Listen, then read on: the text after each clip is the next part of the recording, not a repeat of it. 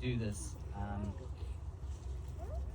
I don't want to say it marks the end of a journey, but it definitely is a milestone in the process of remembrance. And we would just like to thank the people that through all the years, some even before lots of us were born, that have traveled the journey with Namu, Aroha, with us as a whānau, and to this point, and even in the days to come. And so we would like to thank you and welcome you, whether you've traveled from Nungataha, from Western Heights, or from the South Island, North Island, South Africa, from wherever you've traveled from. We would just like to extend a warm welcome to you and thank you for coming here to share this time with us. And again, it's not a reflection of this time, it's a reflection of the years that we've traveled together, and that's culminated in this point. And so today really, the one word we want to take away from this is the word legacy. The ability to impact in years to come. Ability to impact from years ago and even outside of their presence in the years to follow. We are not the sum of the moment, but we are the sum of all those who have gone before, all those who have walked ahead, who've prepared the way so that we can walk in our steps today. And with that, we're going to have an opportunity for people to share. But again, this presents a milestone for us, but it's not the end of a journey. It's just a mile marker to see how far we've come and how far we've still got to go. So today we're going to have a few speeches. We're going to invite people to come and share, and then we're going to unveil the headstone and memorial. So first up, I want to invite Namu's sister, Auntie Karina. I don't have my there's Auntie Karina. I was going to say, I don't have my glasses on. Oh, she's getting her own mic. You're getting your own mic, Auntie Karina. Hello.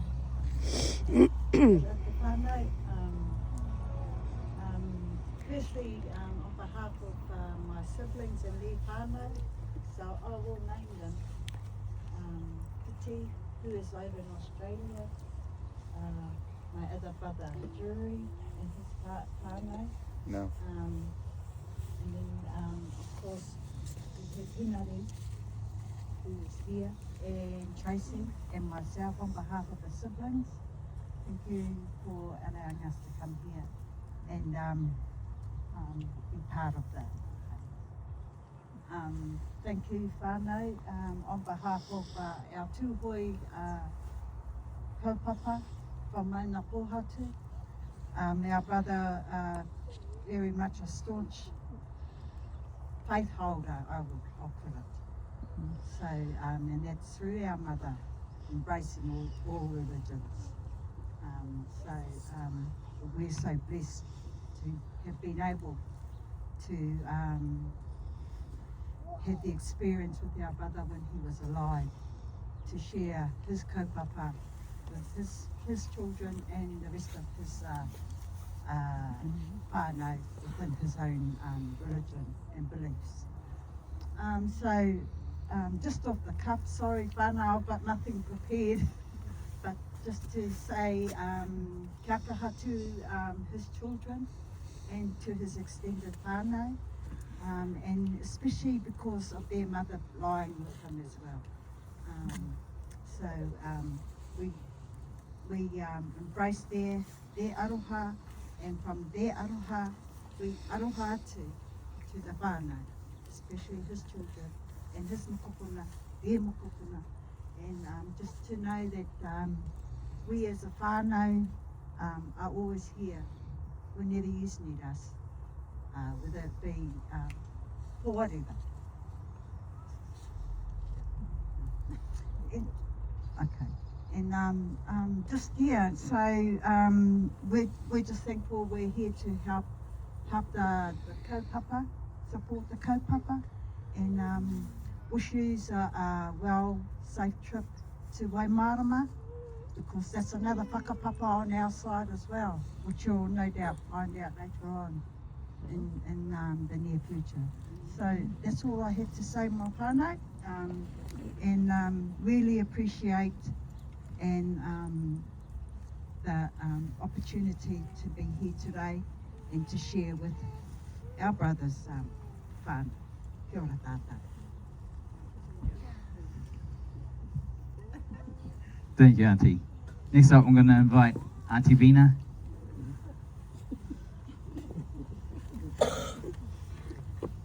Auntie Bina looks so surprised, but we've got the speech on the iPad. I was like, oh. No, I was surprised because I'm next. Oh. Kia ora whānau, for those that don't know me, my name is Bina. And again, I want to say thank you all for coming. So Emil is right, I did write a speech because I try to keep everything under 2 minutes because everybody that knows me knows I can talk. Tēnā koutou katoa. Today is a significant day for our whānau as we gather to unveil and honour two very special people, Aroha and Namu. It is also an emotional day, especially for their children.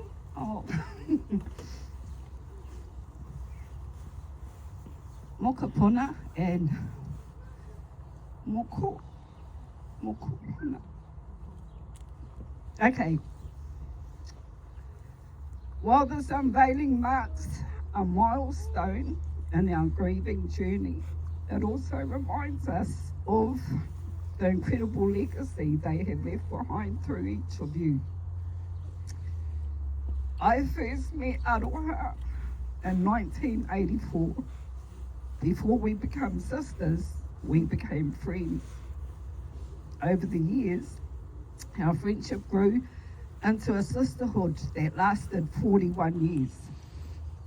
Through every season of life, she remained my big sister. I watched Aroha perform on kapahaka stages as she was one of the most graceful performers I have ever known. She carried herself with beauty, confidence and mana. She was talented, creative and full of life. She could sew and whip up clothes if you gave her. She could sew and whip up clothes if you gave her a pattern. One night, she made us mini skirts, got her makeup out and took me to my first nightclub, the Tudor Towers, where we shared laughs and adventures along the way. We played netball and softball together, become mothers together, and walked through many seasons of life side by side. She was protective, loyal, trustworthy, and a peacemaker. Whenever there were divisions within our whānau, Aroha always chose reconciliation. She believed in bringing people together, and that gift is something our family will always remember. But today, it is impossible to speak about Aroha without speaking about Namu. Namu loved Aroha deeply, and anyone who knew them could see that. He stepped into the lives of her three daughters and loved them as his own. Together they built a beautiful blended whānau before welcoming their three sons. Their home was built on love, laughter, faith, discipline, music and family. Namu was an amazing man, kind-hearted, generous and devoted to those he loved.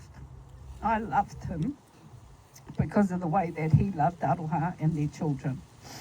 He was a steady presence, a family man, and someone who quietly made a difference in the lives of many. It was actually Namu who first gave his heart to Jesus, and Aroha followed soon after. That decision changed the course of their lives and the lives of many around them. Together, they became what many affectionately called the kapahaka tutors of the church. They both had incredible voices and faithfully served in the music ministry for years. Through song, worship and ministry, they touched countless lives. Some of my favourite memories are of serving alongside them. The three of us fundraised together to attend the World Praise Festival in Fiji in 1995. Caleb was the baby and he travelled with us, and those memories remain precious treasures that I will hold closely. One of the greatest privileges of my life was being able to spend precious time with Aroha during her final season. To care for her, to love her, and simply be present with her was a gift I will always cherish. Those moments reminded me of the depth of our sisterly bond and the blessing she was in my life. Today, while our hearts still ache, there is comfort in knowing that Aroha and Namu are together again. The love that carried them through life has reunited them for eternity. And what a legacy they have left. Their children, Mokopuna and Mokomoko, carry pieces of them both. You can see Aroha's grace, compassion and strength. You can see Namu's kindness, faithfulness and heart for family. Their influence continues to live in every generation that follows. As we unveil these headstones today, we are not simply remembering how they died, we are celebrating how they lived. We are celebrating a love story, a partnership, a faith journey, a commitment to whānau, and lives that made a lasting difference. Thank you, sis and brother, for your friendship, your faith, your example, and your love. You will always be missed, always be remembered, and always be loved. From Moi Mai Rā Korua, rest together in peace until we meet again. Thank you, Auntie.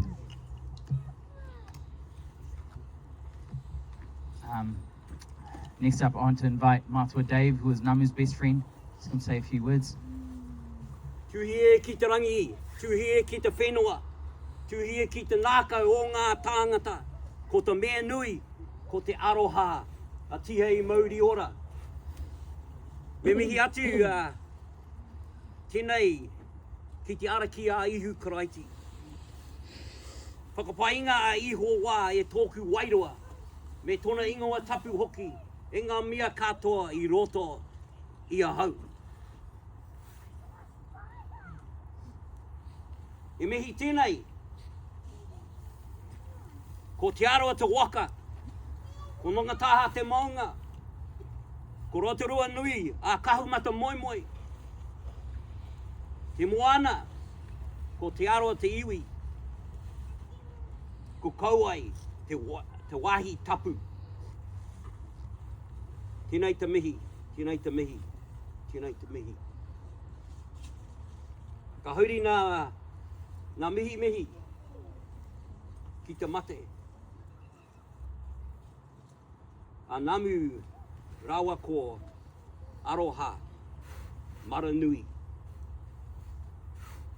Ko wehi atu ki te kāinga tūturu. Pai rawa atu, kei roto I ngā ringa o te araki a ihu karaiti.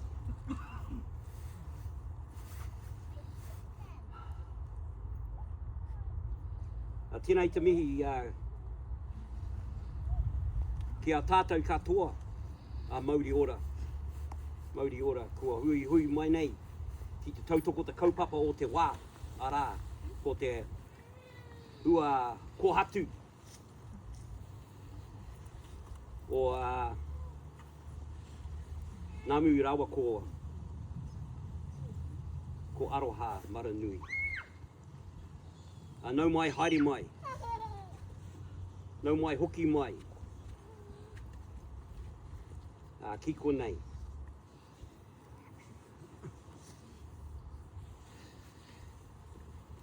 Emil was talking about legacy. He was my best friend, and the first time I met them was that they came to Pukahina with their mob of kids, and that was our first experience together. We went camping together. We met on the Sunday. The next day we were at the beach, and we became very good, very close friends. And he had a faith that was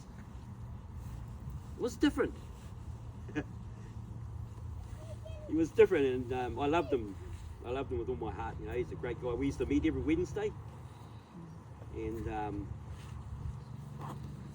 I've come up here quite a bit just to stand around and when I got on my Wednesdays, because that was our day we used to meet. I'd come up here and now I'll be able to look at a headstone now. And but they were a great couple. You know, we went on my 60th birthday. They came with us on a cruise over to the islands, and we had a great time over there. And yeah, I miss them, eh? Kei te muki muki ahau, ia korua. Yeah, I really miss you. I miss those times that we had together. But anyway, you know, life goes on. Life goes on. And this is not the end. E hara tēnei I te mutunga ko te timatanga, eh? O te kōrero. This is not the end of the story here. This is just the beginning. This is the beginning. Through your uri, hey, through your descendants, may the love of God continue. Nō reira, tēnā koutou, tēnā tātou katoa. E ihoa, I pokina mai aho, kia ma tonu ai, kia ora tonu ai, tōku nā kou. E ihu, kia tapu tō ingoa, uhia mai, tō koro wai, Aroha, ka koro piko, aho, ki tō aro, ma tō koro ria, ki te ana tō mata, ko tahi atu te inoi, ki a koe e ihoa. Wairua tapu, no maira. Wairua tapu, no maira. Nō reira, tēnā koutou, a Māori ora ki a tātou katoa. Thank you, Matua Dave.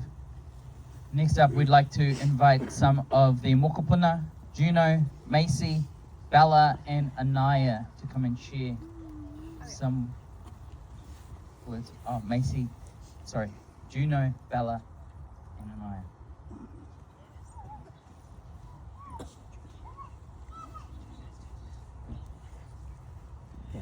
A memory I have of Nanny Aroha is when she made her fried bread and taught me how to do the wedding. I remember when I used to watch Kona pour the wooden pallets into the fireplace with Dad. I will miss them very much, but I know God will keep them safe.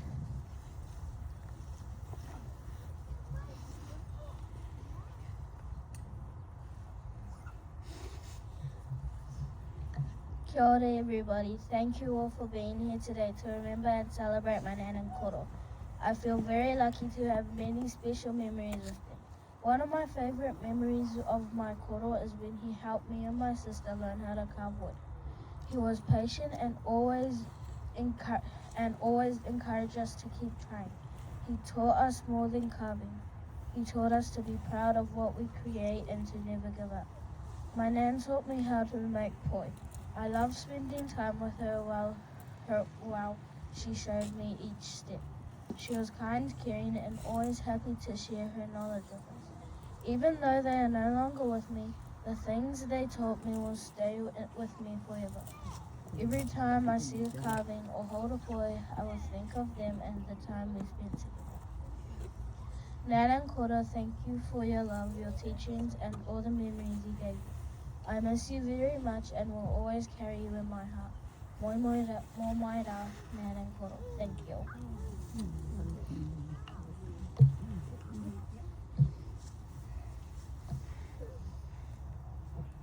When I think of my koro, one of my favorite memories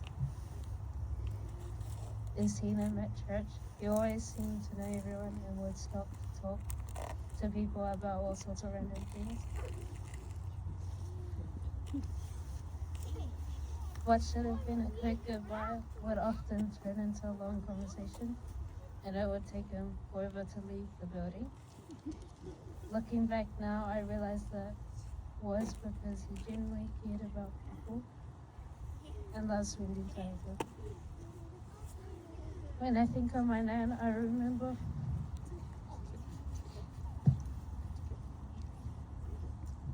Just pretend I'm Anaya. When I think of my nan, I remember how she made a whole bunch of poi for my intermediate school. She put so much time and effort into making them.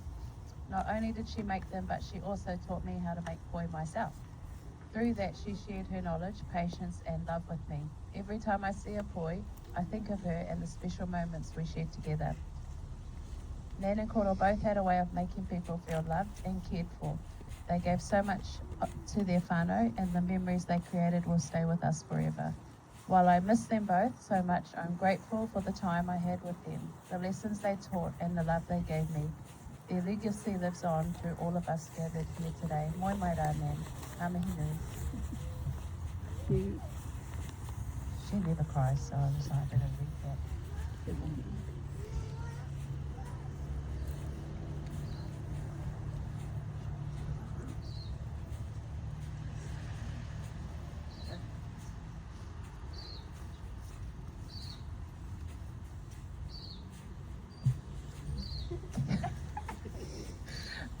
We've never done an unveiling before, so we're just making it up.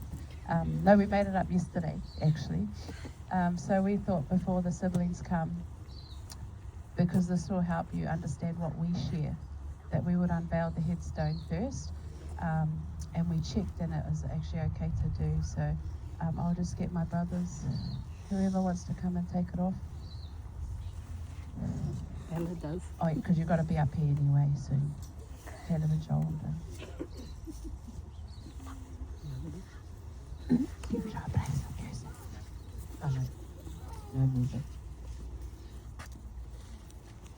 And this korowai, as they take it off, is the same korowai that Dad had at his tangi and Mum had at their tangi, so it's really special. So thank you, Auntie.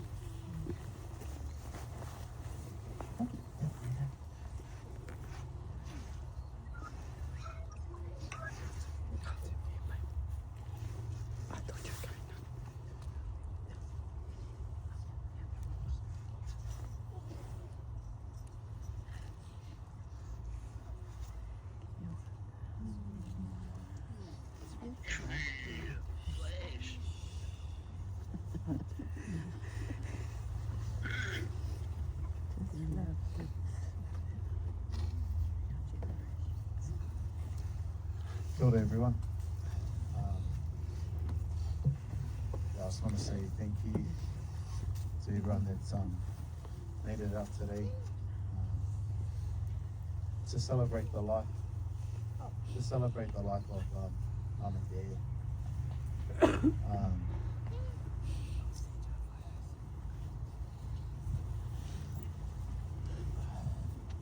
Yeah, especially Auntie Karina and Dad's siblings, and Uncle Jerry and Uncle Fitzy that couldn't be here, Uncle Tracy. But when I saw Uncle Henare, I was like, oh, it's like Dad's here still. Yeah, it's a special time.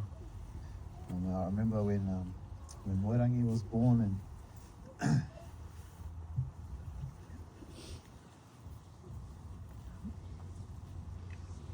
we were in the hospital, and the next day Dad come up and surprised us and bringing food and stuff. And yeah, I had 2 weeks before he passed, I had the privilege to take Dad out to dinner. And yeah, I was just glad that we could share those moments. And yeah, miss Mum. But yeah, thank you guys.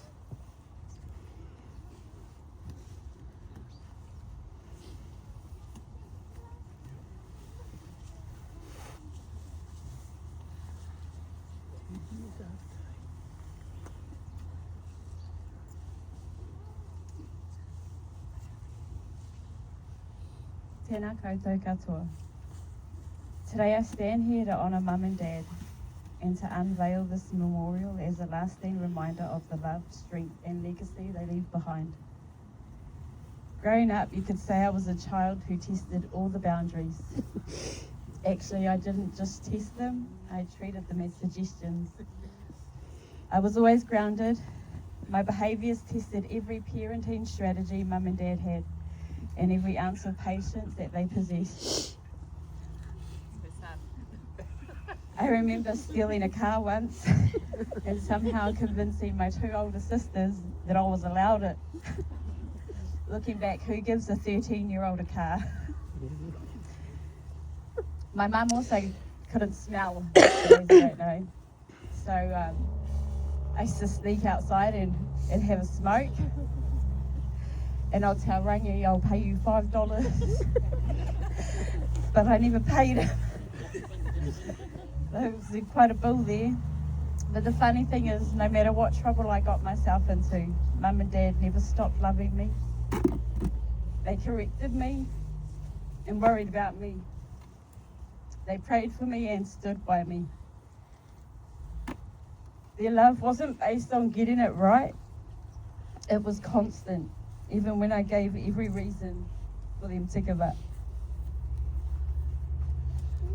As I've grown older, I've come to appreciate what I could see back then, the sacrifices they made, the burdens they carried, the way they always put family first. I am who I am because of them. Today, as we stand here, I do so with sadness because I miss them deeply, but also with gratitude because I was blessed to be their daughter. This headstone marks a resting place, but it cannot contain their legacy. Mum and Dad are in the values that they taught us, or in the memories they gave, and in the love that continues through my children and their children.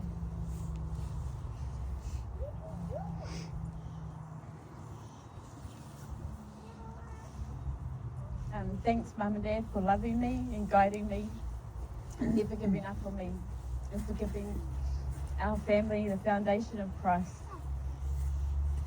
I miss you every day, and I love you always.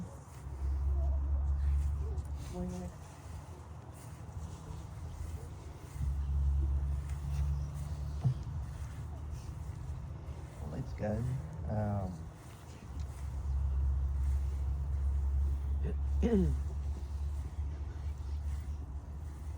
Very raw draft up I have here.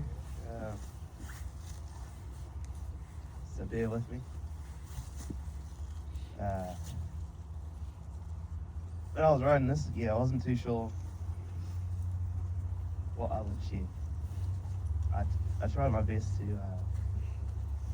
kind of keep as much emotion out of it as I could. Because I could go on forever otherwise.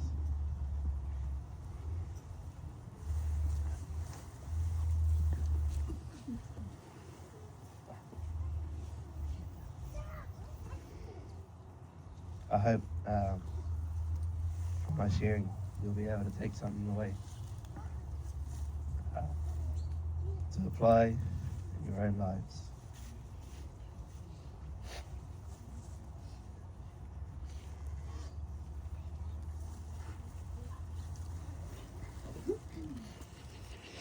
I'm not sure I need to paint this picture for you.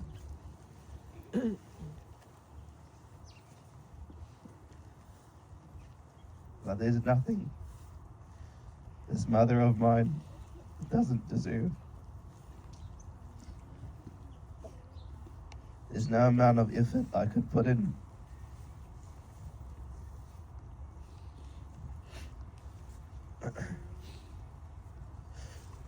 to begin to fathom how much love she she had for us.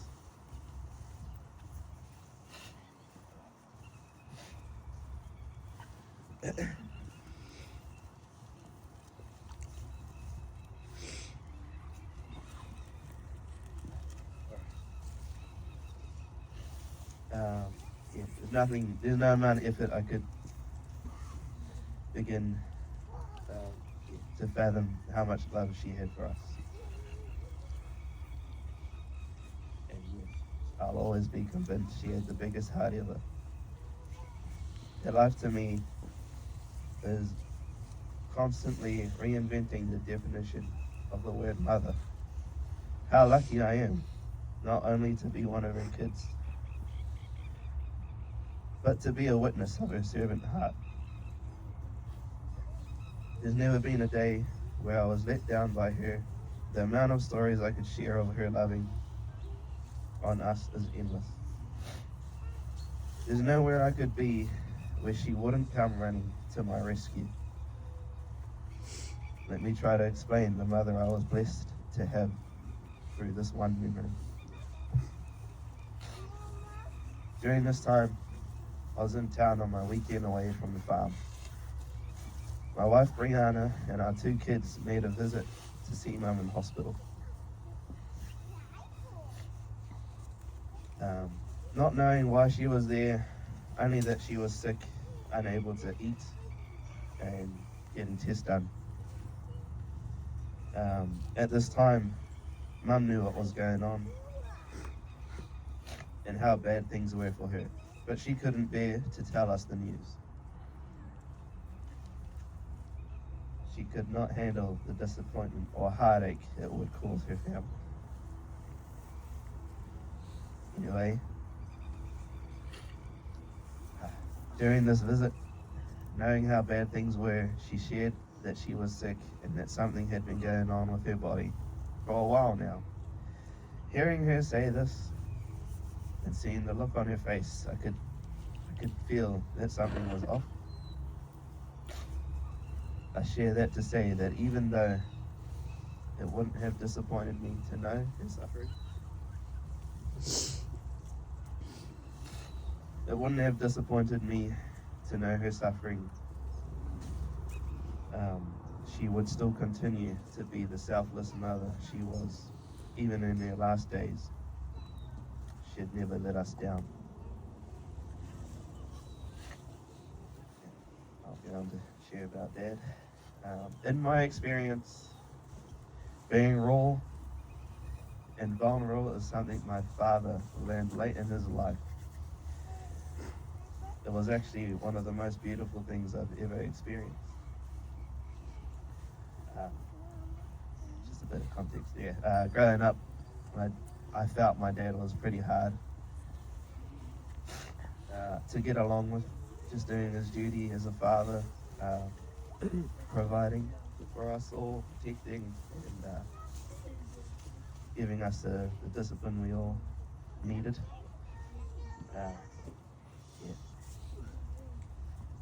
I wish I had the vocabulary to explain what that was like, but I don't. So bear with me. I'll have this attempt at being raw and vulnerable.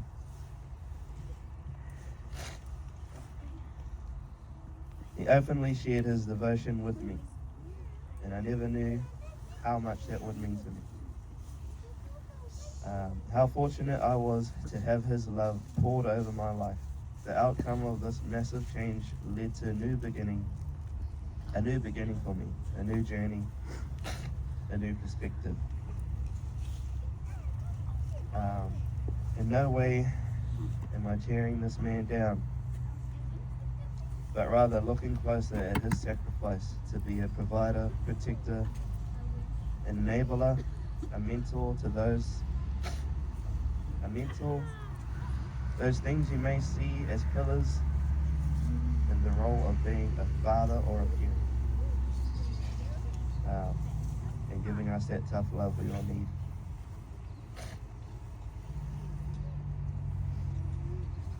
I'm ashamed to admit it, but for a long time growing up, I didn't see his sacrifice. I never had the chance to fully express how grateful I was for his devotion in my life. I didn't see that till late. Although I feel that when I get the chance to thank him next, I'd quickly be met with his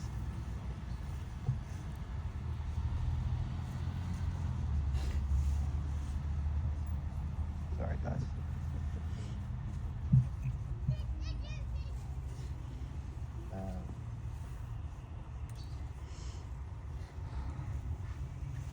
I'd quickly be met with his humbleness and humility. As you know, we never got the chance to share those final moments. However, I had the odd experience where I pleased him enough to hear him mouth the words, "I'm proud of you," or "I love you, my son." The amount of power those words still resonate. The amount of power behind those words still resonate with me. So today, I'm not left questioning what he thinks of me, because he is vulnerable enough. He was vulnerable enough to be able to share that with me. I hope to share the same impact he had on my life with those surrounding me. So let me tell you now, thank you for sharing this time with us all. Thank you for your efforts in the past, in the present, and our future days. I love you all, and I'm proud of you. May you know the powerful impact your life holds. I pray you experience a mother's love the way I have, or that you are able to pass on the values given to you, the love that only a mother can give.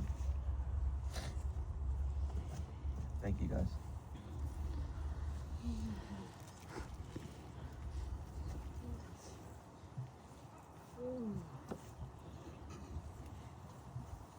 Thank you, Bowley. I just want to honour my nan here today because I don't know what it's like to be a parent who loses your daughter first, and so I know it hasn't been easy for you, Nan.